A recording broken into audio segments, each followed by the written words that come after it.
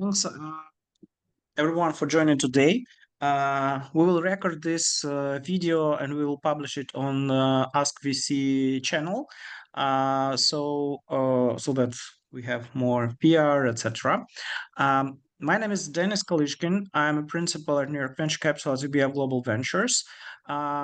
Probably, like some of you are from Armenia, so you know one of our portfolio companies, Service Titan, which we invested in. But essentially, the fund operates for 20 years, and I operate for 11 years.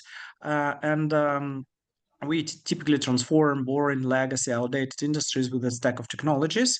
And aside from my main work at I2BF, I also run a media Ask VC, and we do such sessions like today on behalf of my Ask VC project. And the idea is to provide tools for entrepreneurs in those cases when I can't invest in them. And typically, I give feedback sessions, I give like coaching, etc.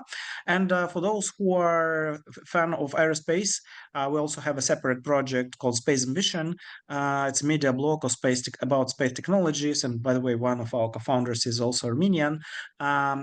He was launching the first Armenian private satellite.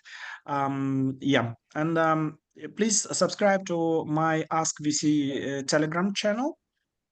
And so I have a couple of words about A2BF. So the fund is on the market for 20 years now, backed more than 200 companies. We have several public companies in our portfolio. By the way, Fubo TV announced yesterday that it was acquired by Disney. And we have several unicorns in our portfolio. So pretty long story of investing mainly US companies. Here's also my my colleague Fedor. Would you like to add a few cents here? Yes, of course. Thank you, Denis. Uh, me also work as VC analyst for more than 2 years in Russia, and also I'm like community lead of Ask VC in Armenia. So probably with all of us, I'm already connected, and I'm glad that Denis will help you with your presentation. Maybe you will have more connection with him, or maybe get investment from ITBF or Pre-Seed to Succeed. So if you want more information or more experience, connect with me or Denis to get some more help for startups. Mhm. Yeah, and Fedor is our community lead in Armenia. Yeah, and he helped me out to do several events. Helped me out to do several events in Armenia. Probably next time you can join. So the agenda today, I'll give you a small lecture for about 10 minutes. Then we have several startups which will be pitching. You will have 5 to 10 minutes to pitch and 5 to 10 minutes for my feedback on your presentation. And typically, what I wanted to say, typically when founders, so we all do pitch decks to raise funding. And when I talk to founders, they typically say, oh, I can't raise money just because I'm talking about, my startup in wrong, terms. I have not a good presentation or data room. But the reality is a little bit different typically, and it is that there are some problems, intrinsic problems with traction, company, team, business model, etc. This is why investors don't back your startup. And when I analyze startups to make an investment in a fund, I look at more than 20 parameters. But today I want to show several, just 6, which are which we typically take a look into. And the first is first reason why founders don't get funny is that they do some solution in a market which is not attractive to investors, either because the hype has recently finished, or the market is small, or some problems with scaling, something like that. So I strongly encourage you to take a look at give it a second thought if your startup operates on the market which is attractive to investors and have potential for huge growth. The other reason why founders don't get startups don't get funding is actually their team, and it often happens that the team is not strong enough, don't have, especially oftentimes business expertise is missing, and this is why, or all the team don't have doesn't have um, experience in the area or some other things. So this is why VCs do not invest in startups. The third reason why investors go, pass on your startup is actually your address in a small market. And here I recommend to do a bottom-up calculation of your total addressable market. And it's done pretty simple. You might just multiply the number of clients by the average check and by the reliable percentage of the market which could adopt it. And you should get something around $1 billion market size. And there are two spectrums which I've seen. So first, people calculate and see that the market is small, and the second, like for example, $100 million or $50 million, or vice versa. They either didn't do this calculation, or they did this calculation, didn't like the result, and then they take some random big number from the internet saying like we're addressing like $100 billion market, and showing it to investors. And investors spend 5 minutes and make this correction of your assumption, and it leaves a bad impression on your team. So I strongly recommend you to do this bottom-up calculations rather than showing random huge numbers, hundreds of millions or trillions of dollars, because it is essential to show that you have at least $1 billion market. And why we need this market sizing is just because we assume, for example, your startup can take 10% of the market, and it means that you will have $100 million in annual revenue. And it means if you, for example, doing a SaaS business, we can multiply it by a multiple of 6 or 10 and say, okay, if we have $100 million in revenue, so we can sell this company for 600, 700, or like $1 million or $1 billion, and this will be our returns on investment. The next step, the next problem typically founders face is they don't show their competition properly, and that's okay to have competitors. And an average startup typically has about a dozen of competitors, because millions of people around the globe are trying to do more or less the same which you are doing.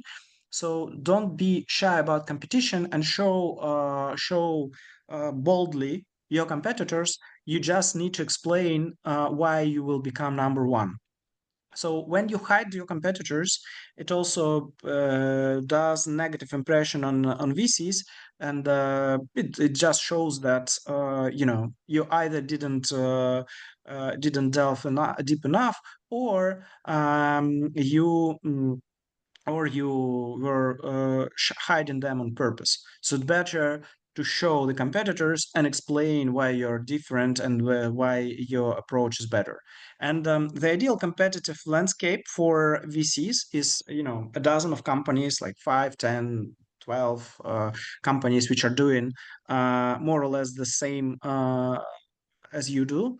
They launched probably a year ago, several months ago, probably maximum 2 years ago. Probably they raised, $500,000, $1 million, several millions of dollars. But all in all, it means that none of them have raised more than 100, more than don't. They all have revenues of, $500,000, million, $2 million of dollars. So none of them at the moment doesn't hold like leader position on the market.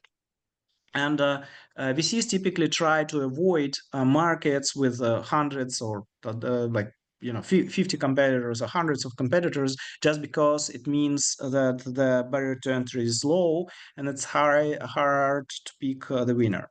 The fifth parameter we typically analyze is why now is the right moment for your startup, why 2 years ago it was a bit early, and in 2 years it will be a little bit late. And the reason for that is startups don't have enough resources to create markets. So what they essentially do is they operate on existing markets and ride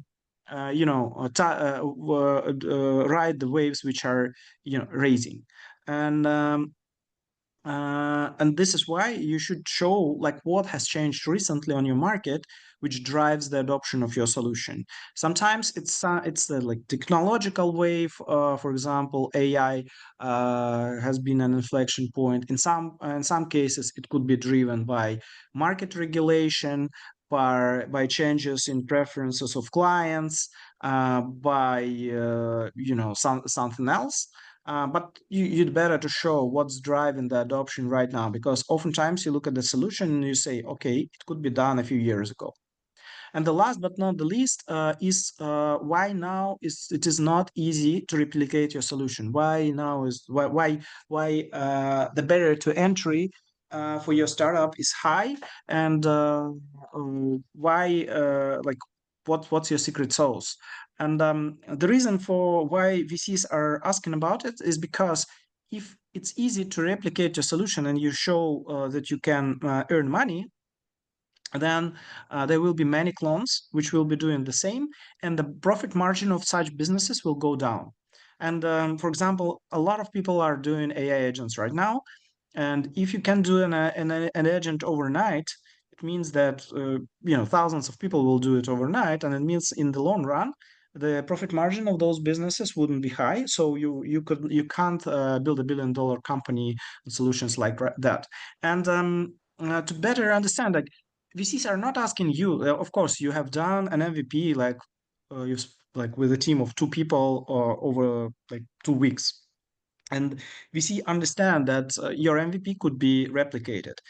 When we ask this question, we mean like on the horizon of 1 year or 2 years, what will be unique about your product, solution, integrations, etc., which will create this competitive mode, this barrier to entry, so that you can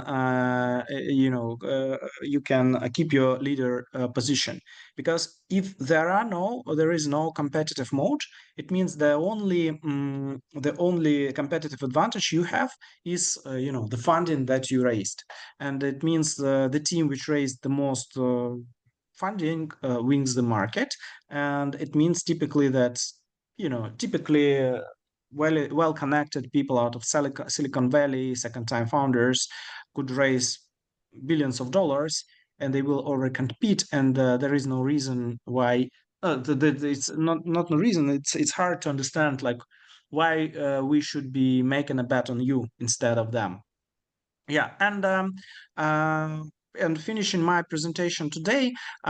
Yes, today we will have pitch sessions, but if you will, you liked my feedback, and if you want to continue our conversation, and you need my personal consultations, I do consultations on market sizing, metrics, data room preparation, getting ready for funding.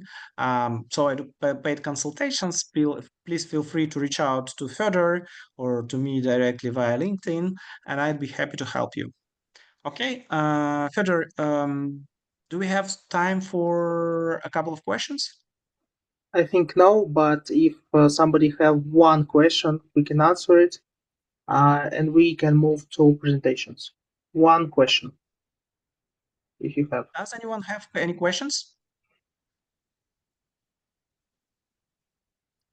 Okay. Great. Yeah. So yeah, let's start. Who will be first? Yes, I will repeat. We will have 5 minute presentation and 10, maybe 15 minutes for questions. And first will be Vyacheslav. Can you start your Yeah, sure. presentation? Thank you. Yeah. I will demonstrate my screen. Just a moment.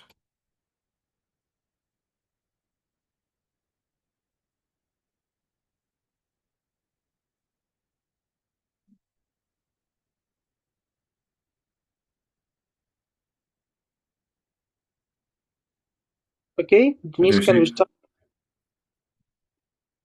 1 minute. Yeah, I see it. You can.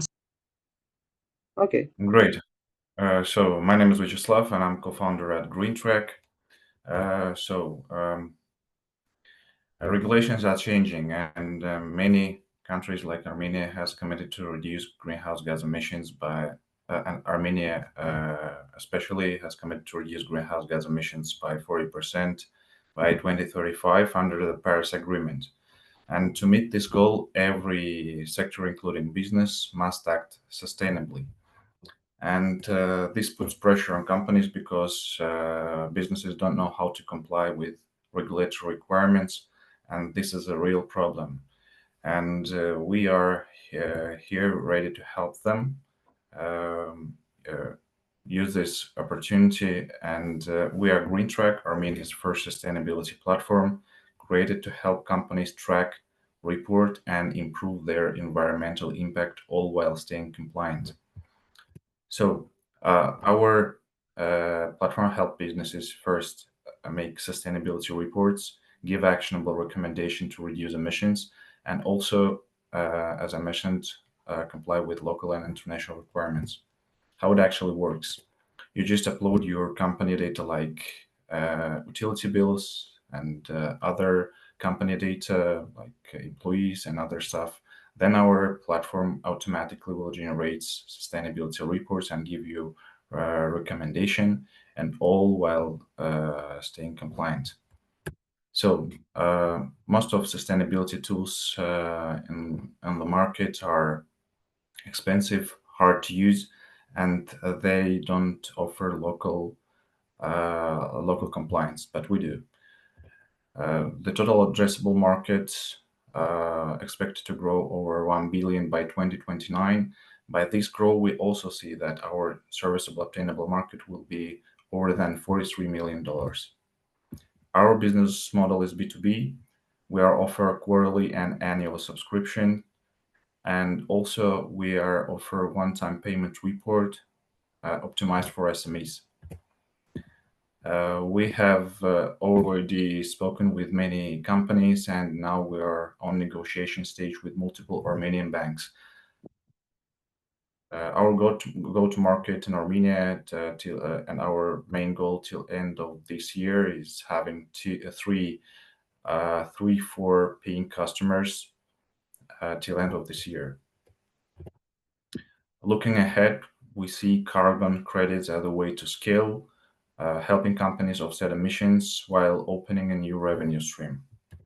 We have a great team with combined experience over 10 years across finance, sustainability, green environmental experience, software development, and also entrepreneurship and business skills. As we are an international team, we have strong connection to scale globally. For the pre-seed round, we need $200,000.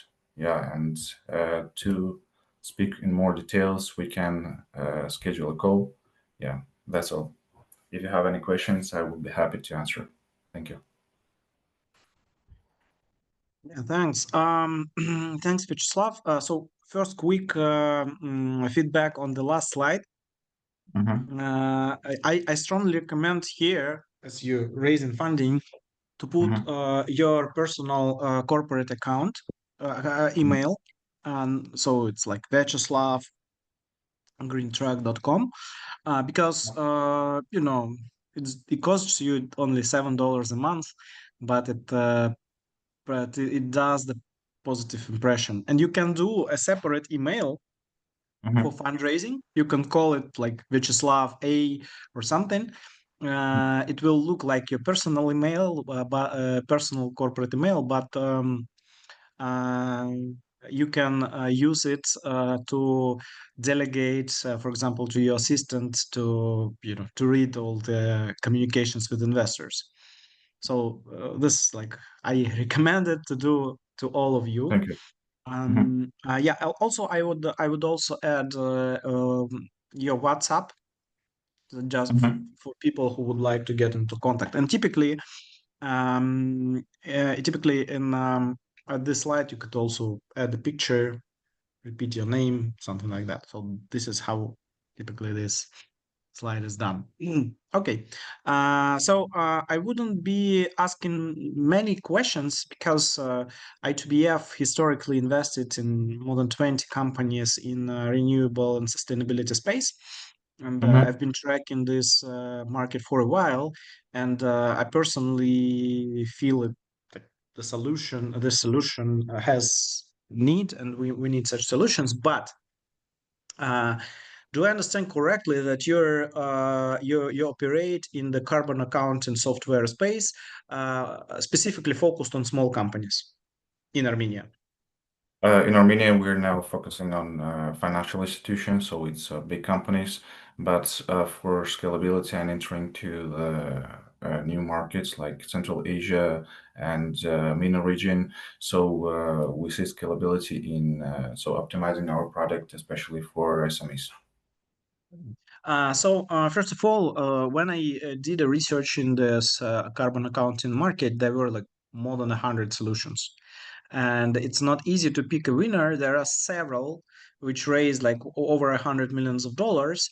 And here questions arise, and it's not obvious. Like two questions arise. First, how you different from those solutions, and why those solutions are not good at selling, in other, like they typically are developed for Europe or United States. So why this carbon accounting solution couldn't be applied for MENA region, for example? Because I'm pretty sure they, at least for enterprises, they sell to the MENA region. And the second question is, especially when we talk about small SMEs, what drives the adoption for SMEs?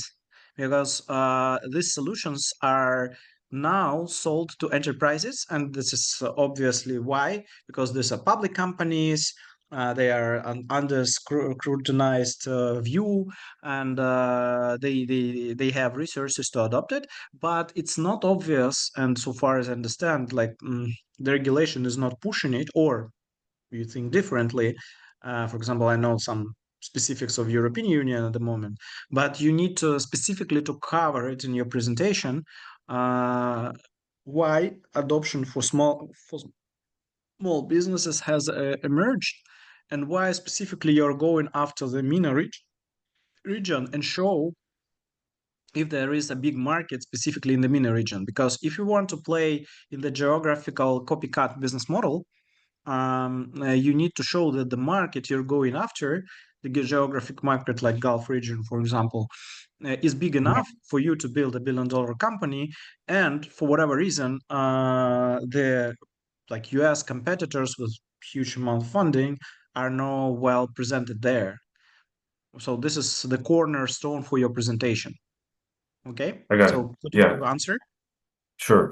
Thank you for your questions. About the first question, yeah, our competitors.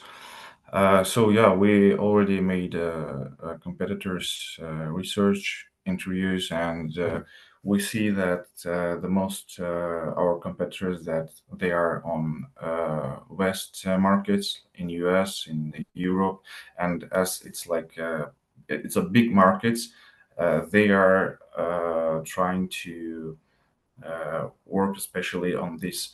There are small amounts of competitors that like working globally. I mean, not only for Europe or US, but also for in other countries. Yes, like in Africa and Asia as well. But the thing that first, they are most of them work with the big companies, for example, like with from Fortune 500, and there is like a limitation. So they start work with them, for example, with the company revenue, and it's a lack of solutions that offer also optimized for SMEs as well.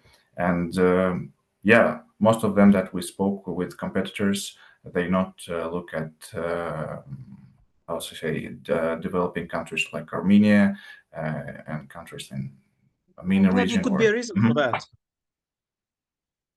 yeah. Mhm. Yeah, as we see, The yeah. Go ahead and answer. Mhm. Yeah. So that could be a reason for that, just because there is not huge niche need in those markets, or they're just small. This is why your competitors are not going after it. So this is why I'm saying you need to properly address it. And to be honest, you're raising pre-seed. To be honest, like I've talked to like many business angels and VCs in the CIS market. They are not interested in startups which are targeting CIS region. Gulf region is more okayish, but this thesis of addressing like Kazakhstan or Georgia, it's not something which is interesting for VCs. So Just keep it in mind when you pitch. yeah, sure.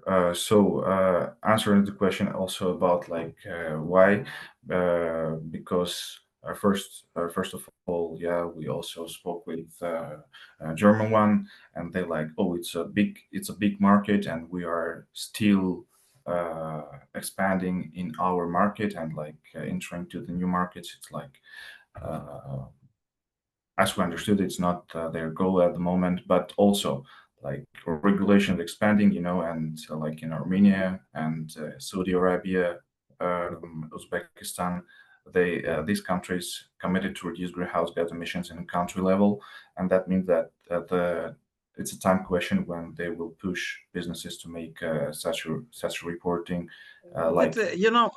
It can happen in 5 years, and you will die by then. Why I'm saying about it is that, for example, in European Union, I know that there is a new regulation which is set in place in 2026, and they will force it.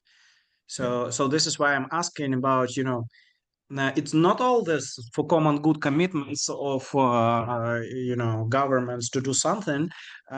If you want to prove your thesis, you need to be more specific, showing, okay, this is the regulation which will be set in place and enforced in 2026 in this country and in that country. And yes, the global players are not present in the market, but the market itself in those industry regions which we have picked still big enough, and we can build a copycat. So that's what I'm saying. So Mhm, I would strongly recommend this to add these details in mhm. your presentation.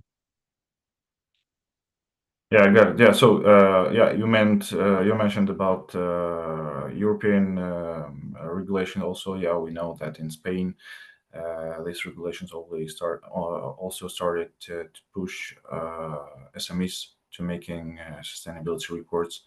Yeah, and we see this potential also for other countries. Like they will be push and I mean, like in the global problem is like regulation that the companies have to comply with, and that's why we are starting now. So the question, why now? Yeah, being prepared to these like a trampoline, where regulation will exist and will push all the businesses to make such reports, and our solution will be ready to help them and yeah, uh, Okay. um, Okay. yeah, close this question. Yeah. Thanks for your answers, Fedor. Do we have Mhm. more time, or should we move to another speaker? Yes, I think we have to move, but let every startup to ask you question. Maybe one short Or question. if anyone wants to ask any question, you feel free. Yeah, just one question, and we will move to next startup. Yes, Vyacheslav. Do you have any question? Mhm.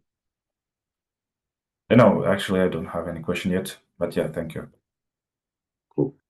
So let's move to second startup. iDOnow now.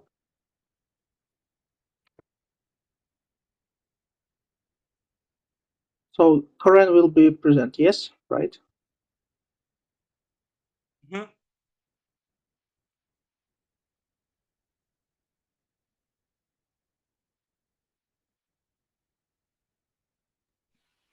Hello, everybody. Do you see that? Not yet. Let's wait. Yes, right now we see. So you will have 5 minutes to Okay. pitch and then answer a question. So you can start. All right. Okay. Yeah. Thank you so much. The name of our startup is iDOnow. So, and what we are doing, we are connecting clients with verified service providers in real time. And actually, once I had a very bad situation. That's me. In my kitchen was a broken pipe, and everywhere was water. And I need instantly a provider who can come and fix this problem. But I couldn't find someone, and I spent my entire day to solve it. And actually, a lot of people have this problem. So, and imagine if you are in this situation and where you know that every second is counting and you don't know how it's going forward. So this is the real problem. um, and you have on one side people who need instantly a support, and on the other side you have providers where the support is required. And exactly this gap iDOnow is closing. And we are caring that if somebody have this, he will not feeling alone, because iDOnow will be there, and the support must be, that's why, instant and accessible. So that's why here we are. My name is Karen. I'm a worker in the Deutsche Parliament. I'm a police officer and lawyer. And during my job, I met actually Bill Gates, and I told him about my idea, and he gave me his opinion, and he told me actually this idea is a working idea. And up to this moment, iDOnow was born, and I created and I put the very simple solution. So we create real-time matching between clients and providers. Also, we create a transparency pricing and payment system, and of course, which one is very important, rating and reviews for both sides. Of course, service market is a big market. So, and if you see that right now, the world market is around $2 trillion. And we are focusing right now actually on the Armenian market. And there we have a 10% potential of the Armenian market, and it's like $10 million. Our traction right now is actually that we have already 3 signed LOIs, and thanks for our participation in Japan. We have our Japanese international partner. It calls Linux Professional Institute. Um, we have right now 40 verified leads, and hopefully we will launch in November this year.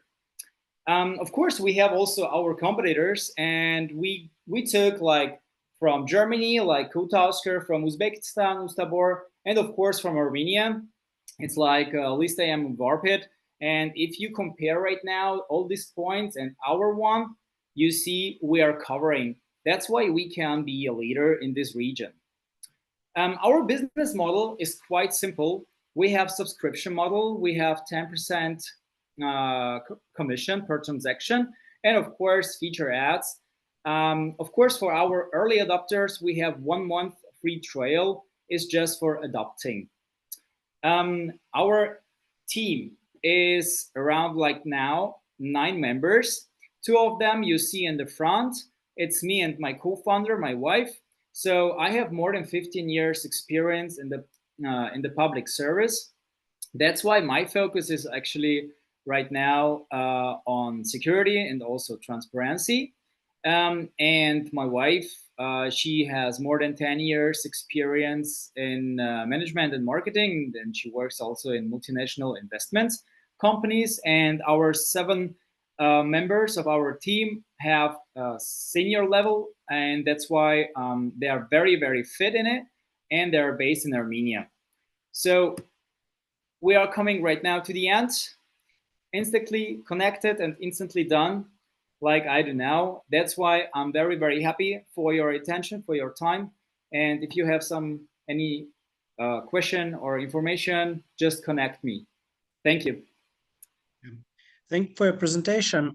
So first thing, small comments. Look, VCs typically communicate via email, so please add your personal corporate email to your contacts.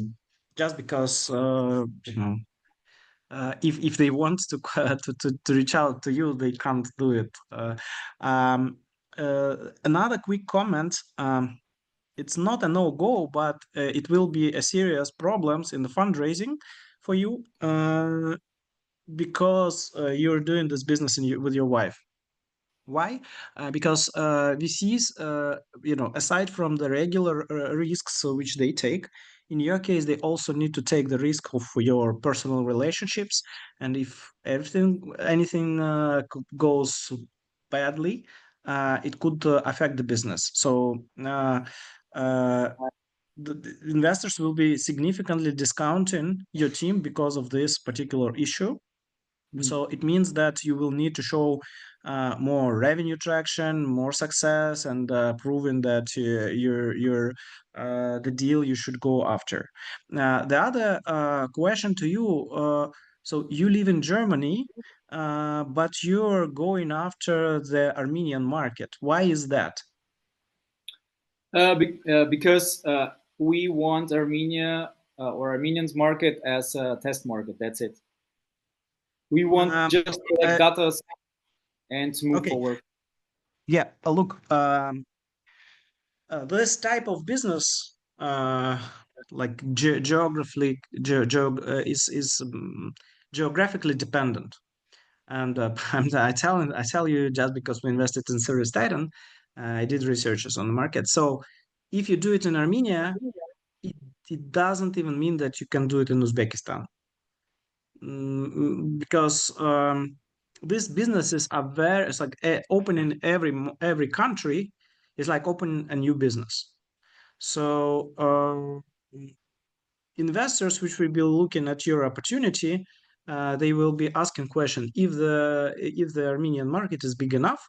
And the other problem which typically you could face on this on the Armenian market is that there are no companies, but instead typically people like individual entrepreneurs are running those businesses, and those businesses are in the gray zone, and they don't have ratings, etc.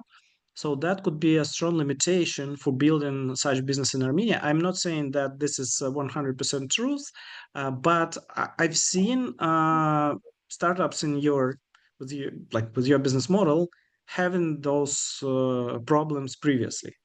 And I saw that you showed that the total addressable market is 2 trillion. Come on, your market is not 2 trillion. 2 trillion is the market including all the components, global market including China and America. Your total addressable market for Armenia is 10 million. Your No. total addressable or I wrote world market, not Armenian market. I understand. So first of all, you're building a business, and it's bound to geography. So total addressable market should be shown for the target geographical market. And that what I'm saying, 2 trillion market, it includes everything. It includes all all the equipment. It includes the cost of services, and it includes your commission. While your total addressable market is how you earn money, and it means like how much. For example, how much revenue annually you could have if you serve all people in Armenia. So that's the total addressable market for Armenia. If you're saying about CIS region, you need to show like how much money you earn in your commissions if you serve all clients in those geographical markets. Because why we need this? We need to understand. Okay, you have a total addressable market like a billion, and we can reasonably assume that you can take 10% of this market. So we need to understand that your revenue could reach like 10 million, 100 millions of dollars. So this is why we need this total addressable market, not because it's a fancy slide, and you need to show a big number. And investors are typically disappointed when they see 2 trillion. Believe me, I better do this bottom-up calculation showing $1 billion or something. Yeah, and as I said, one of the biggest limitations would be is that in your business specifically, it's very geographically bound, because you need, first of all, in each country, this type of business could be a little bit different, and different regulation. In some countries, these businesses are done by franchises, and others are by individual entrepreneurs. Some specific. So these businesses are really, bound to geography. And yeah, and I haven't seen your slide with your, investment request. It's in the Does appendix. Huh? It's in the appendix. No, it should be the main slide before the contacts, because investor should understand, like, if it's a good fit for me in terms of the stage, and if the adequate the request is adequate. And also, I missed, where is the traction slide? Traxer? No, I showed it. Yeah, We are so not launched. Yeah, we are not launched, so that's why we have the traction. I showed you that. you at least need to show that we are at the MVP stage, plan to launch at such point, etc. Because it helps investors to understand where you are, and if it's early for them. Okay. And also, I would highly recommend to add some slide with, annual revenue With forecasts. diagrams. Mhm.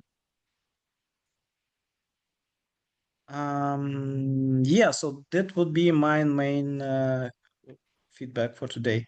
Okay, great. Thank you, Karen. Do you want to ask any question? You have time for it. Actually not, because I just want to get this critical moment and this critical points, and I just wrote everything right now. Now I don't Yeah, have.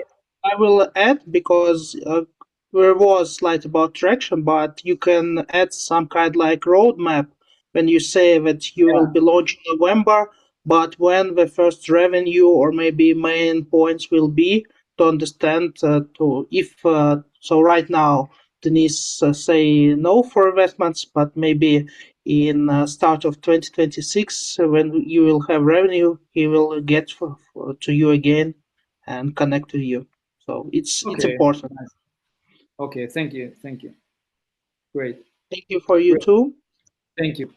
The last comment. This slide with Bill Gates is adorable, but it actually doesn't add any value. So if you can drop it, fundraisability won't change. It was just for fun, actually. Yeah, I didn't have fun, to be honest. But I like have. okay, Okay. Thank you. yeah, you're welcome. Who is the next? Yes, TAOS, are you here? You ready? Yep, I'm here. Was born ready. Just allow me a quick moment. I'm gonna open, share all Currently, ecran. yeah. Quick Okay. moment. Slideshow. All right. Everything should work correctly. Yes, you can start.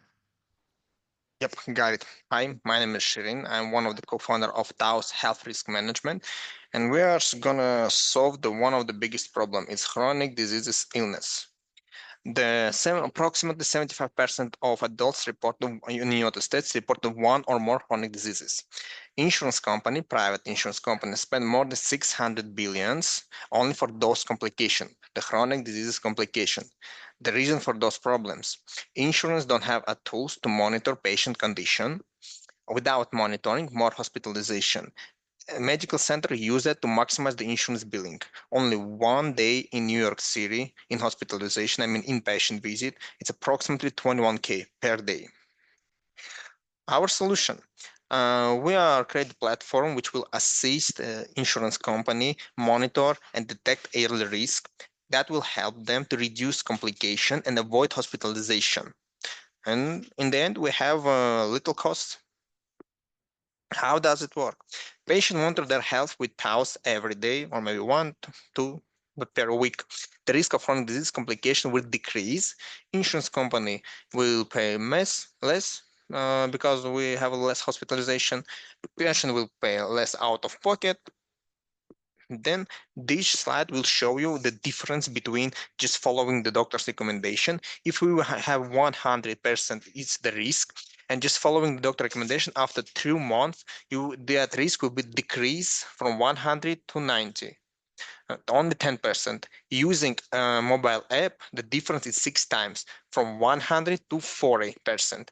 After only through 3 months. If the patient will continue using the mobile app, it will be something like a 15%, and it's a wonderful result. That information we found from PubMed Medical Center, and it was based on another 152 researches.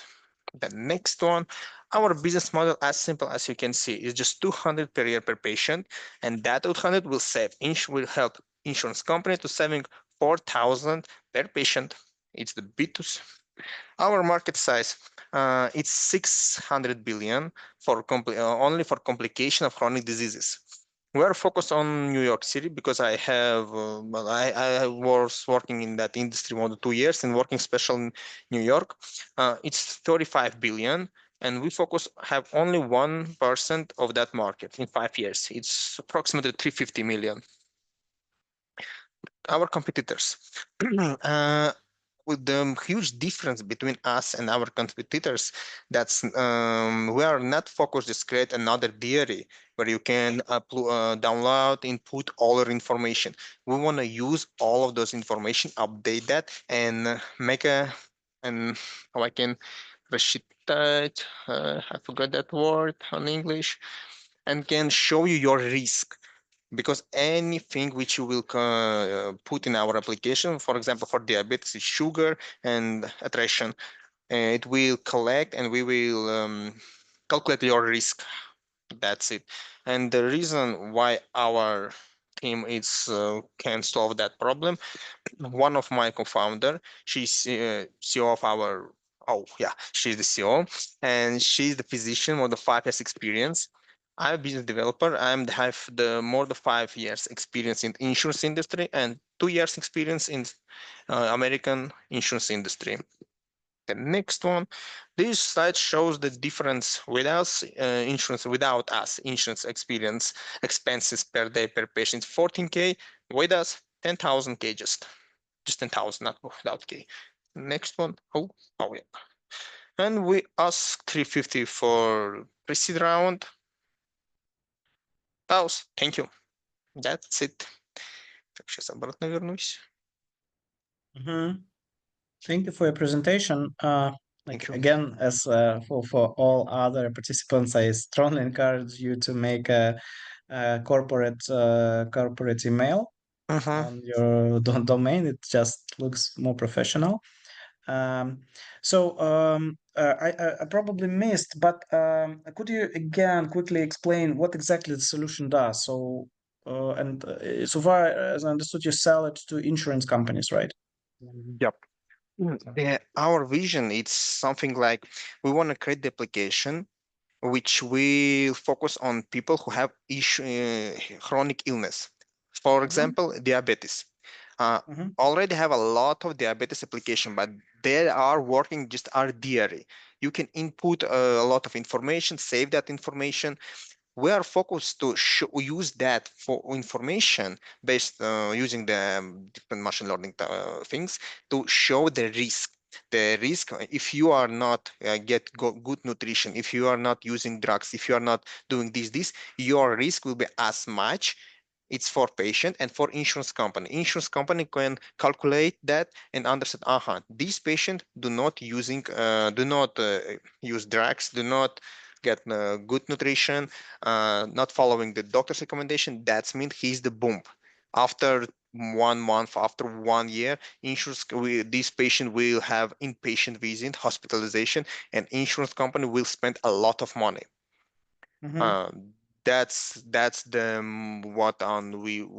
our focus. We just try to decrease that risk, the complication risk of chronic disease, because all of chronic disease after if you are not following the wonderful following just recommendation, after 2 years, 5 years, we will have a complication. Yeah, we at A2BF invested in a company, Wells, so far as I remember, Mhm. or some other. So what they were going to do, they were going to do this, drug adhesiveness, Mhm. where Mhm. you stick to your prescription in taking your medication. And what exactly they did, they used computer vision to do this control. So the person was taking photos that he or she is taking a drug. According to prescription, they double checked that it was, according to Yep, prescription, and it improved. It that improved. they really use it. Yeah. It will improve like the recovery. And the financial motivation was strictly tied to the insurance policy price. um, I don't know the details, but I know that it didn't take off, that high. So probably insurance companies were not that fast to adopt. So what I'm saying is that this is the right line of thinking. um, but historically several startups has already, faced problems because the most the patients, to be honest, the majority of patients, they don't want to assess those risks. What they essentially want is Mhm. just live normal life, and it wouldn't work with, proper financial stimulus, and you need to create a stimulus. And The wo- tell me, where are you at in terms of business traction? So have you validated this hypothesis with clients? How many clients do you have? To be honest, we are only the stage right now. We changed our vision. It's the second our startup. The first our startup is for kid health. Now we focus only on the chronic health because we figure out that, how you mentioned before, people just want live a normal life. That's the reason why we focus only on the chronics. Um, except they people wanna live a normal life. They wanna save their money because the different insurance package working how 20% you have to pay by yourself and 80% will cover your insurance company. The different insurance company now offer something like that. They offer a different application, something like my fitness pal or another application to decrease the risks for them. And they say something like that: if you're using this application, we will decrease that 20% which you have to pay from out of pocket for your medication, for your outpatient, inpatient visits, to 15%. Why? Oh, they don't care about that little amount which they have to cover. 5% is nothing for insurance. Insurance very have a huge struggle with the huge amount for complications, Yeah, because one. yeah, Shireen, Yeah. I understand this, Uh-huh. and I buy this in general. But what I'm saying is that before you start selling it to the insurance, that's just Mhm. a great hypothesis, and the reality could be different. And the reason I'm saying is that because I looked into some insurance companies, insurance startups, and also have a friend who works for the U.S. insurance, like worked like for decades in the U.S. insurance companies. Mm, So for until you start selling it, this thesis is not proven. It's reasonable, but oftentimes mm. what insurance in the United States do, they just index their their fees, and the adoption of this solution could have struggles. Just one quick, that's it. Yep, our first stage, it's we now gonna make a research. We have 10,000 people who have the diabetes, and my co-founder Gera and Karina have the MPH, Master of Public Health. We'll make that huge research, just figure out three things. The first one is how many people really would like to pass that research. If that would like to pass that research, spending their time, we will figure out, yes, they need something like our application. The second one is figure out how many people want to pay for our application. And when we find approximately 200 from that top 10,000. We're gonna work with those people to create the Really most. skeptical about your idea of charging people for this application. Hmm, Really skeptical. People can use it for free, and probably so what they can use it for example, if it improves their quality of life, for example, not in like a couple of years, but for example, the good dashboard which shows them good analytics, Yep. whether they can eat a cookie now or not.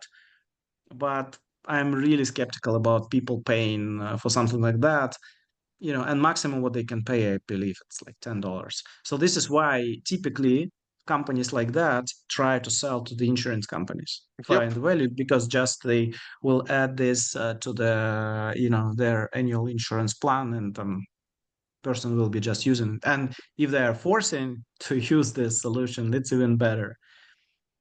Yeah. You're absolutely right. Why we now just want to offer them to paying? We really want to know we solve the problem. We are not just something like anesthesia. We are really solve a huge problem. If they choose in our questionnaire, we're gonna send them email questionnaire, anonymous questionnaire. If we will see that yes, we have 10% which really wanna pay, it's not for paying. It's just proving that they are ready to pay for that solution. That means they have a problem.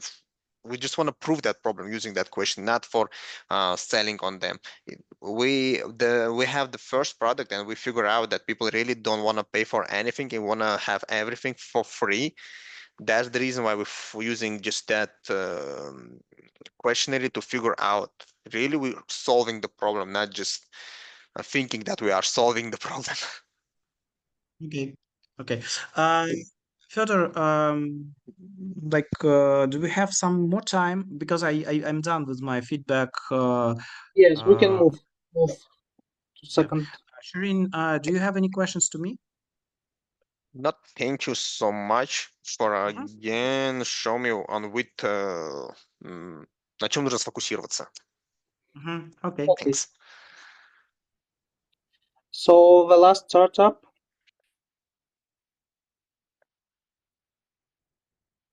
Aram, right?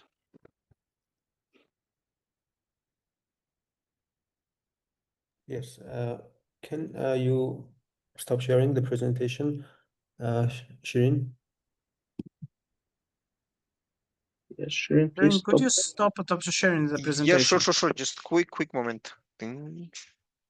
Oh God, one moment.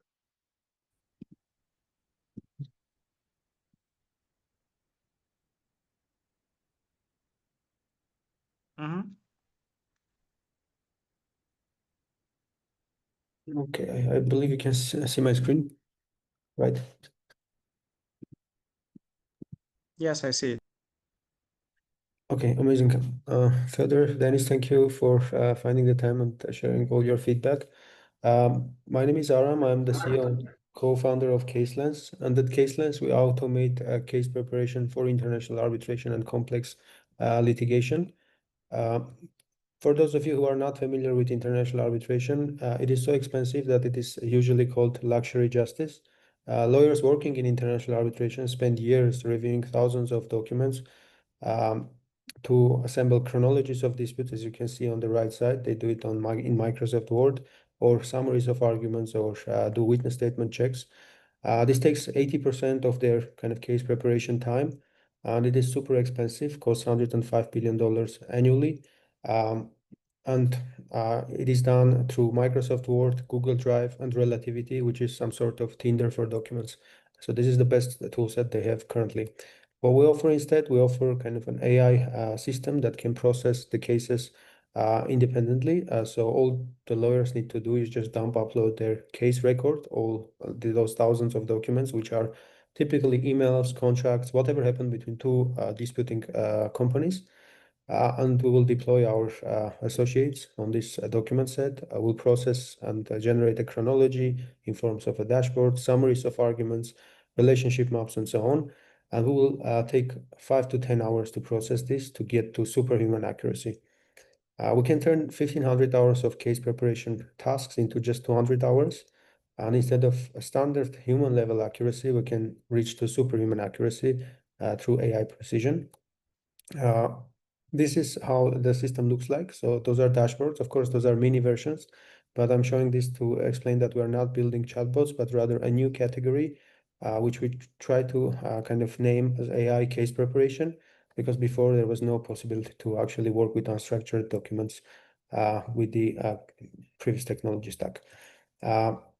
And our competitors are doing exactly the opposite. They are building chatbots, and chatbots are ill-equipped for the problem that they're solving. So Harvey, LexisNexis, ChatGPT, they all provide instant and unreliable responses, be that agents, be that RAG or whatever. You ask the same question twice, you receive complete different results, and you are never sure that this is actually all the kind of answers contained in the document set. Whereas we do heavy processing, we are doing from 5 to 10 hours processing. Sometimes it can be up to 50 hours, depending on the size of the case. And we do multi-million LLM calls, sometimes 2 million LLM calls to get to the accuracy required. And there is no prompting involved in our system. We have already processed cases worth $55 million in value. We have design partners from Europe, sport arbitration law firms from Geneva, from New York, from Dubai, and from Doha. We also are in discussions with Wolters Kluwer, which is a multinational legal tech enterprise, to do cross-selling through their platform. We already had 2 meetings with them, and the discussions are ongoing. This is the market that we try to address. We will focus on international arbitration first, and then we will expand to global litigation, which is immense. And the difference is not that much. International arbitration is just kind of a luxury form of justice. So you just change the medium, nothing else. So the same document set need to be processed, and the same artifacts need to be delivered. This is the business model. We want to charge 30,000 per case on average for our 6 AI associates. We want to charge also an annual subscription because those cases need to be live or kind of accessible for more than 3 or 5 years. So we want to charge for that as well. And we can do 66% cost savings based on that. This is our go-to-market strategy. We have already working 2 channels. We have onboarded 4 partners through LinkedIn strategy. So we heavily invest in content marketing. We have a community of 20 arbitration lawyers who post. We run a blog there. And essentially, we find managing partners on LinkedIn who are posting on AI. We outreach them and essentially turn them into a POC or later on kind of paying customers. The next one is conference networking, but not kind of legal tech conferences, but rather traditional kind of lawyer conferences with ties and suits. So we have proven this working as well, and we will be attending Dubai Arbitration Week in a week time. We're also experimenting with other channels, like as mentioned, cross sales with Wolters Kluwer to sell to big law. We also experimented with lawyer warm intros. Those are working really well, 90% response rate from warm intros and to get them on the call. We partner with also arbitral centers. We have 2 arbitral centers who are our partners and also associations. We're exploring Reddit as well. Reddit is kind of an immense learning opportunity, and also kind of there are options to sell or find early adopters on Reddit. And we also partner with student competitions. Right now, we have provided our access to a competition in Boston. About 1,000 kind of students participate, and also something about 100 arbitrators. I will need to do training for them for our system in something like 30 minutes. This is our team. All of us have legal tech expertise. We have worked at 7 legal tech companies cumulatively in France, in US, and in Australia. I've done enterprise sales, something like 3 million in enterprise sales, and I've studied international arbitration and international disputes at the University of Amsterdam. Shushan is our chief design officer. She has digitalized justice systems for 30 countries and also automated H-1B visa applications. Previously, a company which was acquired by Deal. And Alan has worked at US legal tech companies. He is also a lawyer and privacy and cybersecurity expert. He has built contract analysis tools used by Tesla, Zendesk, and Canadian government. These are our advisors. So Grant and Kingsley have 30 years of experience respectively in international arbitration and legal tech. Grant has been 30 years partner at Baker McKenzie. Now he has his own practice and he's one of our design partners. And Kingsley has been the chief information officer at Kirkland & Ellis, which is a top 1 law firm in the world. This is our roadmap. So right now we are in the fundraise stage, and then we want to reach to 900 kind of ARR by the end of the next year. And we are raising right now 750K to reach to 50 million ARR by the end of the third year. Of course, we will need a seed round in between. And we have already 150,000 committed from a fund and something 150,000 soft committed from angels. Thank you, and please let me know what to improve. And no need to sugarcoat it, so please, yeah, let me know what I can improve in my pitch. Aram, thanks for your presentation.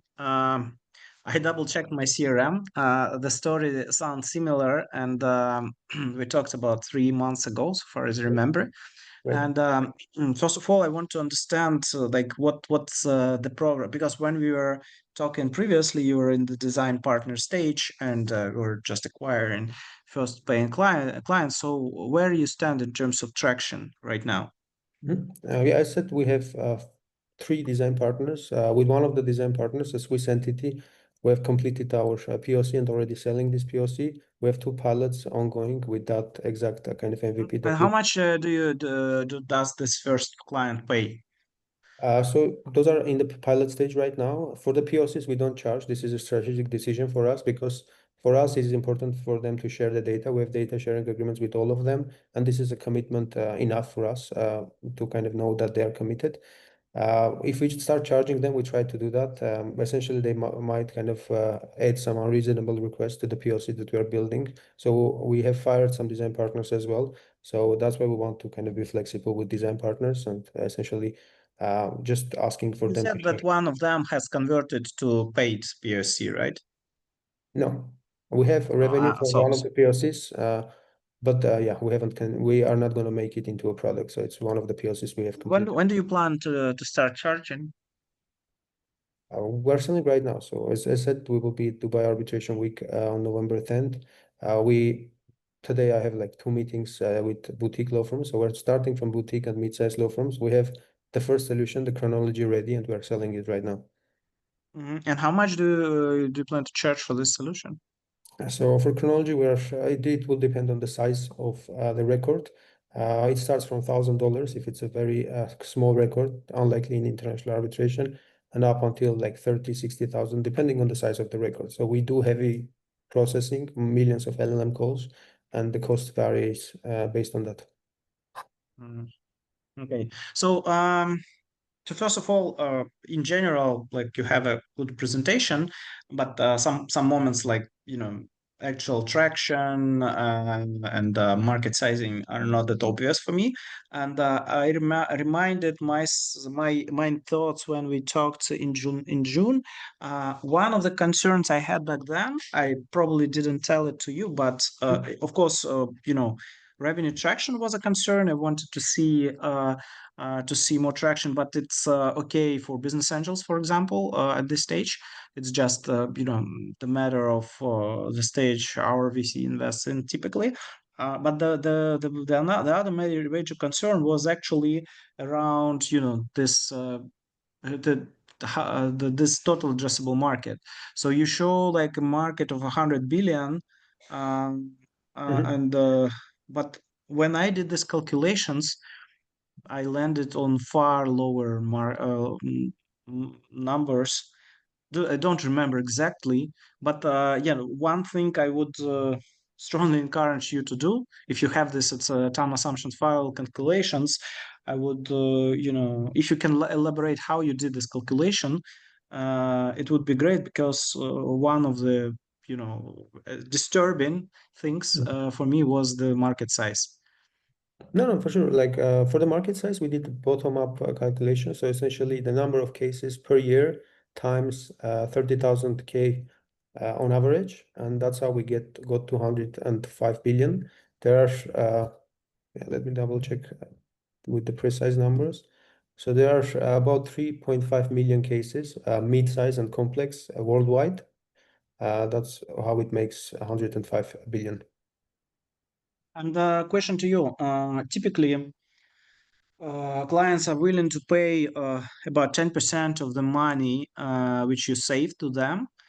So it means that they are spending $300,000 at least per case. Is it the case? Typically, like fees for arbitration start from $1 million. So Armenia recently paid $3.2 million just for like legal fees for representation for a law firm that we are like in discussions to automate that. So essentially, it can be even 50 million just like in legal fees. So I would say they would spend like 1 year, 2 year just doing factual research. What we offer them is getting there from day one. So essentially not doing it entirely manually to strategize after, but doing it from day one. And not only we save costs, but we actually kind of give them a leverage. So we don't focus on like saving billable hours, but rather giving them leverage because our system is tremendously more accurate. Just kind of to understand how accurate it is, recently we digested an ICC case from New York between two pharma manufacturers. We got 77,000 events into our chronology. It's kind of thinkable that humans can do that themselves.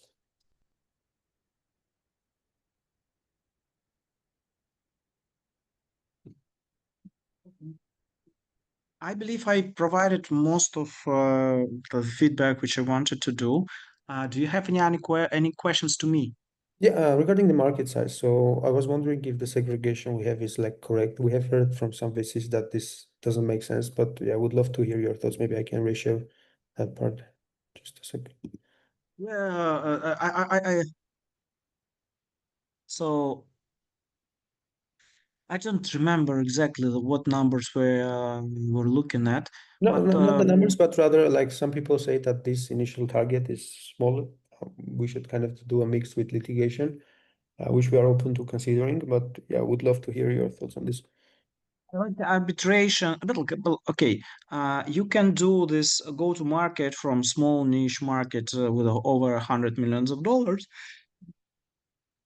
That's okay. Where you show, yeah, and then you show that this arbitration, the litigation is this number of cases. The only question which arises here is like, you know, Mhm. uh, is that your solution applicable to this arbitration and litigation if you develop it for an international arbitration. But starting from a small niche, that's okay. No, it's like essentially the same tasks. They do the same chronology for litigation. It's just like a court and Mhm, the private court. That's the only difference. mhm. And also, I don't have this, I don't have the perception Mhm. out of these millions of dollars they pay per case, how much of it is actually doing the research and could be automated versus Mhm. how much is it the presentation in the court specifically, because probably they do spend $50,000 for the research and the rest is the commissions for the representation, the cost in the court, and definitely AI can't represent you in the court. And if the research itself is taking like half a No, million, for example, then it makes more sense. So that I'm not saying that you're wrong. It's just my perception as a generalist VC. I don't understand this. I like don't have this experience. I don't understand how. Probably even adding the slide showing, Mhm. this is the breakdown, like typical fees that, and this is typical breakdown, and we're absorbing this percentage, like 30% of this fee, because it's done manually by lawyers. No, I completely agree. Yeah, we have this kind of fee, so it's kind of complex litigation, commercial arbitration. This is like the highest paid legal jobs ever. So yeah, and I said like 80% of like work is in like case preparation, but of course this is not the highest paid work. So the counsel work, which is or partner work, costs like $3,000. But the hearings they might last maybe 1 week, 2 weeks max, but the case can last up until like 10 years. So I would say it's not in like in the movies like in Harvey, or how is it called, like this New York lawyers when they go all the time to the court. The reality is that they build 2,100 hours, and rarely they appear in the court per year. So that's the reality. Yeah, what I'm saying is that just curious. So for me, like I need some help to understand how No, for reasonable sure. Yeah, this I will make sure. 30K. Yeah, I will make sure to indicate that. Thank you.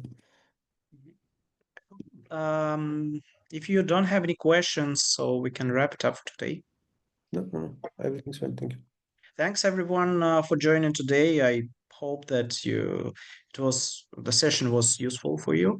And yeah, let's and if you need my help, like feel free to reach out to Fedor and to me directly. And as I said, like we will publish it on our YouTube channel. And yeah, I wish all of you to succeed with building your business and raising your funding. Yes, Okay. thank you so much. Have a great day. Bye bye. Yeah, thank Yes. you. Bye Bye. bye.